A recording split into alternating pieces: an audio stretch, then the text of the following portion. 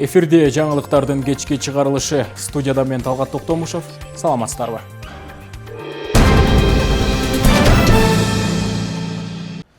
Россия президенти Владимир Путин мамлекеттик сапар менен Кыргызстанга келди. Жогорку мейманды Манас эл аралык аэропортунан президент Садыр Жапаров тосуп алды. Флаштокторго эки өлкөнүн туулары илинип, килем төшөлүп, ардак кароол тизилген. Перронду улуттук боз үйлөр тигилип, этно-жокерлер, алгыр куштар жана тайгандар менен көчмөн эл маданиятынын элементтерин чагылдырышты. Андан соң мамлекет башчылары үчүн эки элдин музыкалык чыгармаларын аткарган кыргыз артисттеринин катышуусундагы чакан концерттик программа тартууланды. Иш сапардын алкагында Бишкек шаарындагы Жеңиш аянтындагы 3-5 отко эки өлкөнүн башчылары гүл чамбар коюшту. Аскердик оркестрдин коштоосунда гвардиячылар мемориалга гүл чамбарларды коюп, андан соң мамлекет башчылар баш ийип курман болгон баатырларды эскеришти. Гүл чамбар коюу улуу ата мекендик согушта курман болгондорду эскерүү менен аяктап 3 жолу ок атылды. Ал эми бүгүн Владимир Путиндин Кыргызстанга болгон мамлекеттик сапарынын алкагында ынтымак ордодо эки өлкөнүн лидерлеринин расмий жолугушуусу өттү. Андан соң Владимир Путин менен Садыр Жапаров кыргыз-орус эки тараптуу сүйлөшүүлөрдү өткөрүштү. Буга чейин Россия президентинин жардамчысы Юрий Ушаков билдиргендей, сүйлөшүүлөрдө саясий, соода-экономикалык жана гуманитардык тармактарда эки тараптуу өз ара аракеттенүүнүн негизги маселелерин талкуулоо пландаштырылган. Сүйлөшүүлөрдүн жүрүшүндө кеңири курамда соода-экономикалык, энергетика жана миграция чөйрөсүндөгү кызматташуу маселелери талкууланды. Алар кеңейтилген форматта сүйлөшүүлөрдү өткөрүп, кыргыз-россиялык өз ара аракеттенүүнүн негизги маселелери, ошондой эле кызматташтыкты өнүктүрүү перспективалары талкууланды. Россиянын президентин тосуп алган президент Садыр Жапаров Владимир Путиндин Кыргызстанга болгон мамлекеттик сапары өз ара түшүнүү, жогорку ишеним жана союздаштык алакалары менен стратегиялык өнөктөштүктү биргеликте чындоо ниетинде негизделген кыргыз-орус мамилелеринин бекемдигин айкын тастыктап турарын белгиледи. Өз кезегинде Россия Федерациясынын президенти Владимир Путин мамлекеттик сапары менен достук мамиледеги Кыргызстанга келүүгө чакыруу үчүн ыраазычылык билдирди. Россия кыргыз мамилелери стратегиялык өнөктөштүк жана союздаштык өз ара сыйруматтын жана тараптардын кызыкчылыктарын эске алуунун негизинде ийгиликтүү өнүгүүдө деп баса белгиледи Россиянын президенти. Мындан тышкары ал лидерлер эки жактуу кызматташтыктын негизги маселелерин туруктуу байланышта болуп, жеке көзөмөлдөп турушканын ырастады. Президенттердин сөзүнөн кийин эки өлкөнүн ыйгарым укуктуу мамлекеттик органдарынын жетекчилери өз ара кызыкчылык туудурган бардык тармактарда кыргыз-россиялык кызматташтыктын абалы жана келечеги жөнүндө баяндама жасашты.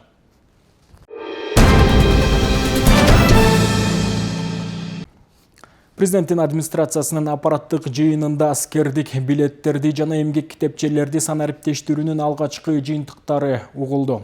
Министрлер кабинетинин төрагасы Адылбек Касымалиев белгилегендей, аскердик билеттерди санариптештирүү процессин ишке киргизүү менен Кыргыз Республикасынын жарандары түндүк мобилдик колдонмосу аркылуу санарип форматта колдоно алышат.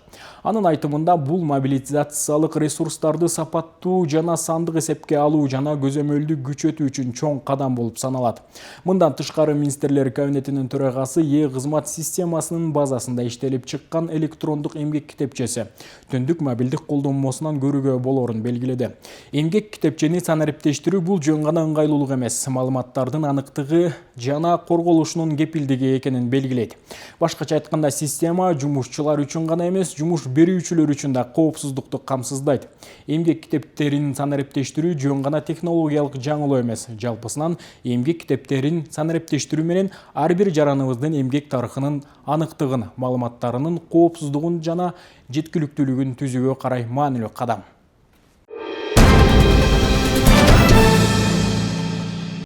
Кыргыз Республикасынын жогорку кеңешинин депутаттарын мөөнөтүнөн мурда шайлоого карата үгүт иштери уланууда. Быйылкы шайлоого карата даярдыктар башка бир күчтөрдүн ийгилигишүүсү жок, тынч өтүп жатат. Ысык-Көлдө быйыл ар бир шайлоочунун эркин тандоо жүргүзүү мүмкүнчүлүгү бар. Жогорку кеңештин депутаттары мөөнөтүнөн мурда шайлоого саналуу күндөр калды. Быйыл шайлоонун алгачкы этабы болгон талапкерлердин каттоо өнөктүгү тынч өттү. 10 ноябрдан баштап үгүт иштери башталып, учурда кызуу жүрүүдө. 30 ноябрда жогорку кеңештин депутаттарын шайлоо өнөктүгү өтөт. Буга байланыштуу өлкөнүн бардык аймактарында үгүт иштери эч кандай ыплассыз, интригасыз, тынч абалда өтүүдө. Эң башкысы бир кезде коррупциялык иштерге аралашып, кылмышкерлер менен байланышы бар деген шектүүлөр жаңыланган парламентте алар үчүн орун жок экендигин түшүнүштү. шайлоо участоктарынын баардыгы мүмкүн ошол биз участокты керектүү электр энергия менен анын ошол эгер кокус электр энергия өчүп калса ошо генератор менен мындайча айтканда ошол жерге керектүү шаймандар менен интернет менен жана башка ушул бизге тиешелүү камсыздоочу материалдар менен баардыгын негизинен камсыздап бергенбиз. Жылуулук менен анын ичинде бүгүнкү күндө негизинен ушул биздин кандидаттарыбыз атайын борбордук шайлоо комиссиясы бекитип берген график менен мынакей жолугушууларды өткөрүп жатат. Буюрса негизинен баягындай укуктук бузуулар боюнча же кайсы бир мындай тоскоолдуктар боюнча негизинен бизде андай нерсе жок катары эле. Бул ирет шайлоо мөөнөтүнөн мурда өткөрүлүп жаткандыктан жалпы шайлоо жараяны кадимки мөөнөткө салыштырмалуу 3-төн 1ге кыскартылган. Мындан улам шайлоо алдындагы үгүт иштери 20 күнгө созулат. Ысык Көл району боюнча бүгүнкү күнгө чейин үгүт иштеринде укук бузуулар катталган жок. Биздин район боюнча жалпысынан 40 участкалык шайлоо участок ачылган. Учурда президент жарлыгы чыккандан баштап бардык шайлоо участоктарында иштер, даярдыктар өзүнүгү менен жүрүп, азыркы убакка чейин даярдыктардын баары бүтүп, эч кандай деле мындай одуна мыйдам бузуулар катталган жок. Ушул убакка чейин шайлоо өнүктүгү анан жана үгүт иштери жүрүп атпайбы азыр. Ошо үгүт иштери боюнча айтсам, үгүт иштери өз нугунда өтүп атат. Ар бир кандидат өзүнүн үгүт иштерин жүргүзүп атышат. Быйылкы шайлоо башка күчтөрдүн кийлигишүүсү жок, эркин өтөт. Шайлоочулар каалаган талапкерин тандап добуш бере алышат. Ысык Көлдө парламенттик шайлоого кылмыш чөйрөсүнүн кийлигишүүсүз шайлоо алгачкы жолу өткөнү турат. Азыр талапкерлердин баары жакшы жаштар экен, көбүнчө эле. Кудайга шүгүр, эми ошо жаштар иштеп кетсе жакшы эле болот го деп ойлоп атам. Андай үстөмдүк кылып акча берүү деген жагын көргөндө жокмун, азыр чынын эле укканда жокмун. Өзүм көңүлүмдөгү туура чечимди кабыл ала турган инсанды гана шайлайм мен. Анда азыр жакшы болуп атат. Азыркы бийликтегилерге элдин баары ыраазы болуп атат, жакшы. Анан катуу жесткий мындай порядкалабаса болбойт биздин элди. Чересчур өз билемчилигин болбосун да. Ушул азыр жүргүзүп аткан бийликке ыраазымын мен, жакшы жагат да. Жимтебелдер эми жоюлуп деле калды го дейм. Чорныйлардын баарын эми жок кылып атат, эми аягына чейин ошондой иштеп турса эле болду, жоготуп баарын. Алдын ала жарыяланган тизмеге ылайык Кыргызстанда 4 миллион 300 миңге жакын шайлоочу бар. Ал эми Ысык Көл районунда шайлоочулардын жалпы саны 64 516-ны түзөт. Мына мен 13 жыл болду, 13 жылдан бери ошол жергиликтүү советтерге деле, жогорку советке деле шайлоого бардыгына эле неметип жүрөм. Эч кандай кысым болгон эмес. Бул жолу деле болгон жери жок. Болгон эле баягы үгүтчүлөр аракет кылып айтып атышат, эми буга шайлап бергиле, буга шайлап бергиле деп. Мурун чындыгында эле мурунку шайлоолордо тиги партиядан киши башына мынча миңден берип атыптыр. 3-төн 5-тен жашагандар бар да, 2-тен ошо киши башына мынчадан алдык дегендер Кудай акы мурун болчу. А быйыл жок. Жапаров менен Ташиев абдан эле жакшы, абдан туура кылып атат. Мурунку жеп ичкендерди рас кылып атат. Кийинкилерге сабак болсун, кийинкилерге орун болсун, кандай болбосун. Чип жегендер жок болсун. Кийинки биздин неберелерибизге синекенерээк жашоо болсун да. Мынакей биз турган Чолпон Ата шаары бир кезде кылмышкерлердин чордону катары айтылып, бул өз кезегинде шайлоонун таза жана адилеттүү өтүүсү үчүн өз таасирин тийгизип турган. Ал эми азыркы кезде өлкө башчысы Садыр Жапаров жана УКМК төрагасы Камчыбек Ташиевдин аракети менен кылмышкерлери түп тамырынан бери тазаланды. Демек, алдыдагы шайлоо ачык жана айкын өтөт деп көпчүлүк ишеним артып турушат. Айзат Анарбекова, Асылбек Касянов, Чолпон Ата шаарынан. Бүгін ұйғарым укуктуу өкүлдүн аппаратынын жыйындар өтүүчү залында Кыргыз Республикасынын жогорку кеңешинин депутаттарын мөөнөтүнөн мурда шайлоону даярдоо жана өткөрүү боюнча облустук штабтын отуруму болуп өттү. Анда облустун аймагындагы участкалык шайлоо комиссияларынын уюштуруучулук техникалык маселелеринин даярдыктарынын абалы тууралуу маалымат берилди. Ал эми райондук мамлекеттик администрациялардын башчылары, акимдери, Каракол, Балыкчы шаарларынын мэрлери отурумга видеоконференц байланышы аркылуу катышып, маалымат беришти. Ысык Көл облусунда жалпы 250 шайлоо тилкелери бар. Шайлоочулардын саны 353.828 жаран. Коомдук коопсуздукту камсыз кылуу боюнча ар тилкелерге 2ден милиция кызматкерлери бекитилди. Кыргыз Республикасынын Жогорку Кеңешинин депутаттары мөөнөтүнөн мурда шайлоону дайындоо жөнүндө жарлыгынын алкагында облустун аймагында участкалык шайлоо комиссияларынын уюштурушулук техникалык маселелерин даярдыктарын алуу тууралуу.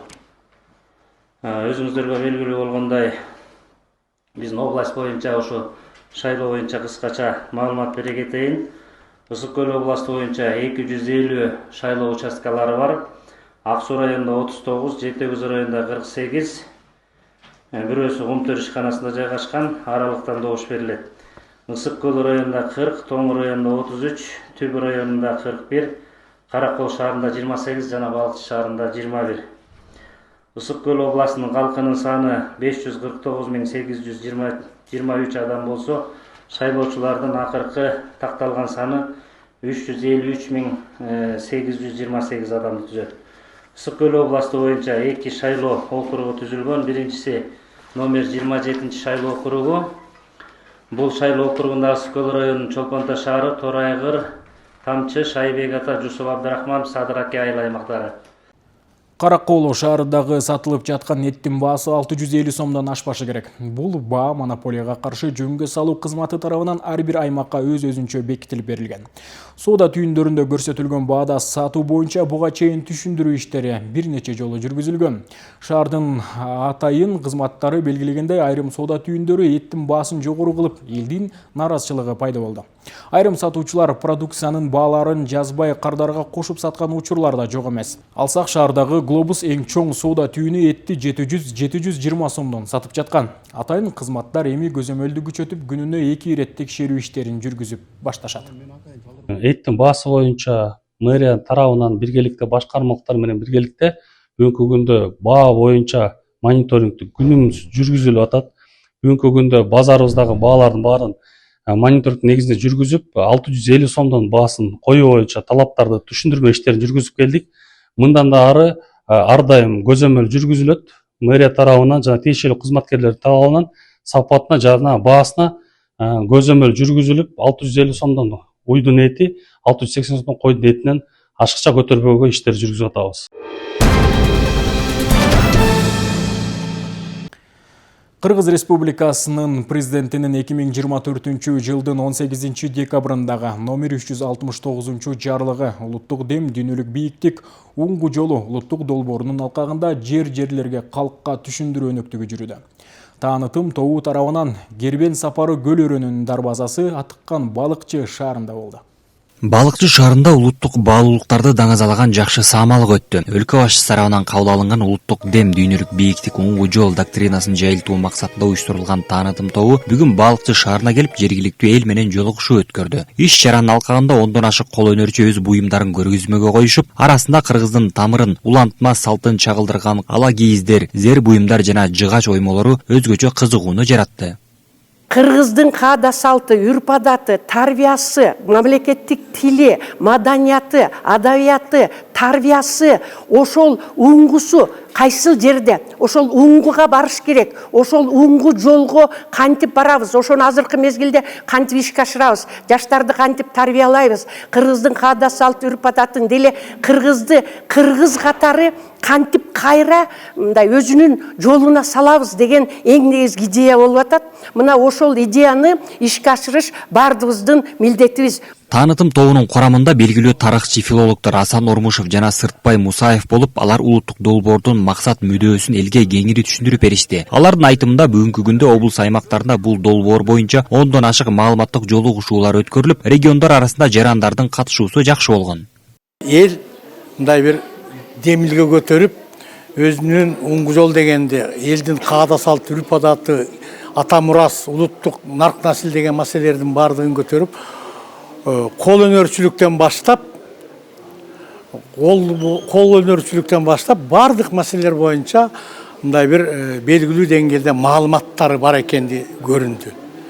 Бардыгы эл белгилүү деңгээлде мындай бир ушундай баарлашууга, ачык сүйлөшүүгө, сыйпалатпай, жумшартпай, жондотпой, ачык сүйлөшүп, ачык айтышып, ачык мындай бир пикир алышууга суусап турганы көрүндү. Ошол оңгу жол боюнча балыкчы шаарында бир топ иштер аткарылып жатат.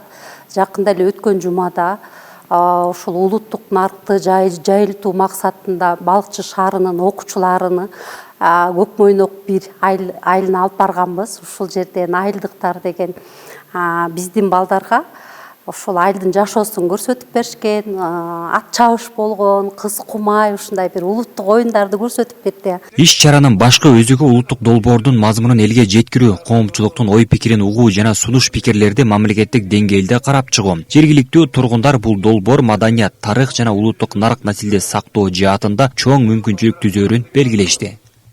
Медербек Кеңешев, Сталбек Саманчиев, Мадина Абакирова, Ысык-Көл жаңылыктары балыкчы шаарынан. Ак Суу районуна караштуу Токтогул айылынын тургуну Ринат Русланов өз колу менен трактор курап айылдагы бардык жумуштарды бүтүрөт. Керектен чыгып калган унаалардын тетиктерин жоголтуп, 40 аттын күчүнө барабар болгон унаны бир айда жасап чыккан. Учурда бул техниканын жардамы бүтүндөй айылга тийип, гектарлаган картошканы отоп, түптөп чөп тырмоо үчүн жергиликтүүлөр кезекке турушат. Темирге жан киргизген элеттик уста менен кабарчыбыз баарлашып келди. Ринаттын бул 3-чү трактору. Буга чейин 2 трактор жасап бат эле эсин тапканын айтат. Ал эми бул унааны 2 жыл мурун бир ай убакытта кураштырган. Улам жаңылап отуруп кыялындагы техниканы жасаган. Мунун өзгөчөлүгү майды аз ичип жүрүшү жеңил унааныкындай. Ал эми тетиктери ар башка шаймандардан чогултулган. Мотор деген сапоктордун мотору 2-3 объемду. Бул деген аябай надежный мотор, анан простой дагы болот да. Бул эч кандай электрониканын кереги жок буга. Өзгөчөлүгү ушундан да берки тракторлордой эле аккумулятор жок деле оталдырса бул отала берет. Бул 4 трактор. Бизде деген көбүнчө түз жери жок, тоо таш, тоопого, отунга барабыз, чөп тырмаганда тоолорго барабыз. Ошого ылайыктап муну 4 жасагам. Анан раздаткалар бар, 2 раздатка турат. 2 раздатка деген 66 раздаткасы, анан 9 раздаткасы турат. Арткы мос 66-ныкы, алдыңкы мос УАЗдыкы. Ал бүт эле колго жасалган, кабина да колго жасалган. Ичи шит приборлору деле бүт колго жасалган. Жеңил машина деле оталат. Жайы, кышында деле суукта да оталат бул. Учурда заводтон чыккан трактордун баасы кымбат болгондуктан сатып алуу ар кимдин эле колунан келе бербейт. Ал эми бул 40 аттын күчүнө барабар болгон техникага жалпысынан 150 000 сомго жакын каражат жумшалган. Бузулган машинелерден, разборлордон, темирден карайм, көбүнчө темирди кыдырам. Темирден көбүрөөк да кээ бирөө мисалы үчүн керектүү запчасть эле темирге өткөзүп, ошондон эле алып келем. Анан буга болжол менен бир 150 000 кирген. Буга. Берки сорктар деле ошондой да, негиз баасы 150 000 тегереги. Бул деген оборот систем мотор деп коет, тракторлордукы жайыраак оборот алат да. 40 аттын күчүнө барабар деп эсептейм да өзүм. Таштандыга кете турган темир тезектер Ринаттын колуна тийгенде пайдалуу буюмга айланат. Өзү жасап алган чакан шайман менен үй бүлөсүн багып, айылдаштарынын түйшүгүн жеңилдетет. Гектарлаган картошканы отоп, түптөп, чөп тырмап айтор айылдагы көп жумуштарды аткарат. Айрыкча жаз, күз мезгилинде жергиликтүүлөр бул шайманга кезекке турушат. Алдыда устанын дагы бир катар тиричиликке керектүү шаймандарды жасоо кыялы бар. Айзат Анарбекова, Асылбек Кайсенов, Мадина Абакирова, Ысык-Көл жаңылыктары. Балыкчы шаарындагы мектептерге интерактивдүү доска жана заманбап компьютерлер берилди. Каражат Ысык-Көлдү өнүктүрүү фондусунан каралды.